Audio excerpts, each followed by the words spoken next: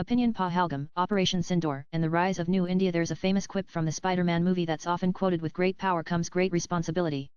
I feel this is also why India decided to pull back, instead of going for the complete annihilation of Pakistan this past week. The massacre of innocent tourists in Pahalgam, killed mainly because they were Hindus, enraged the entire nation. With bated breath, we all awaited the eventual hammer to fall on Pakistan. The question was not if, but rather when and how much. This fundamental change in our outlook and expectations of a thumping action against terrorism has been enabled by the Prime Minister Narendra Modi's government's previous actions against terrorism. Between 2008 and 2014, India witnessed multiple acts of terrorism, including the known famous 2,611 attacks in Mumbai. Prominent being the 2008 Jaipur blasts that killed 64 people and injured 140, the 2008 Ahmedabad blasts where 18 bomb blasts within 70 minutes killed 57 people and injured over 150, the 2611 Mumbai attacks that resulted in 166 deaths and over 300 injuries, the 2013 Hyderabad twin blasts that killed 17 people and injured over 100. Despite such major attacks, all that the UPA government did was exchange dossiers. We would send over dossiers to Pakistan, and the latter in turn would send them back claiming no concrete proof. Time and again, India's efforts at bringing terrorists to book were thwarted by Pakistan, and despite having an inclination of what was actually going on, the rest of the world continued to laugh behind our backs and failed to take any action against terror factories based in Pakistan. All of this changed in June 2015, when India, under the leadership of PM Modi, changed the security doctrine fundamentally. From hum loc cross nahi karenj, we won't cross the line of control, as championed by the previous governments, to giving complete freedom to our armed forces to go after terrorists wherever they were located. The impact could be felt immediately.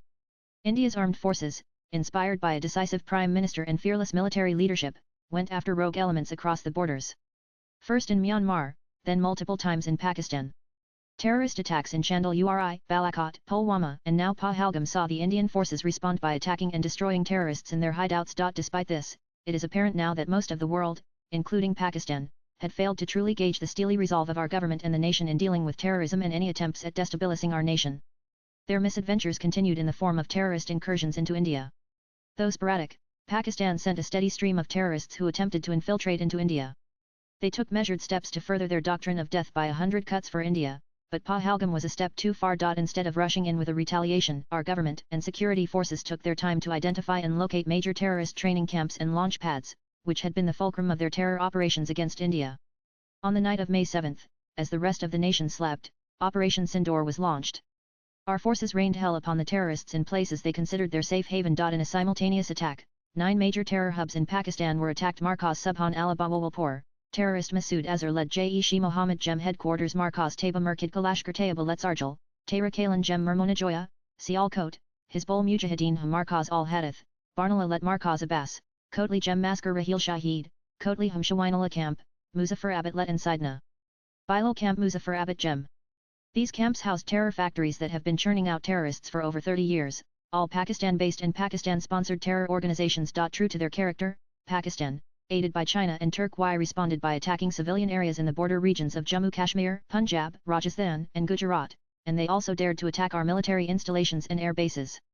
They used guns, tanks, missiles, drones, and even fired ballistic missiles, but all their attacks were swiftly and effectively countered by India's integrated counter-unmanned aerial system CUAS grid and air defence networks. Our forces responded in kind and destroyed multiple air bases deep inside Pakistan, including Nur Khan Air Base, Rawalpindi Sargodha Rahim Yar Khan Air Base, Polari Jacob Abbott Sucker Air Base, Rafiki Murid Air Base, Chanian Pasrar and Sialkot Air Base. These strikes not only demolished Pakistan's ability to respond, they also demoralized the entire Pakistani Air Force and Army, leaving them reeling.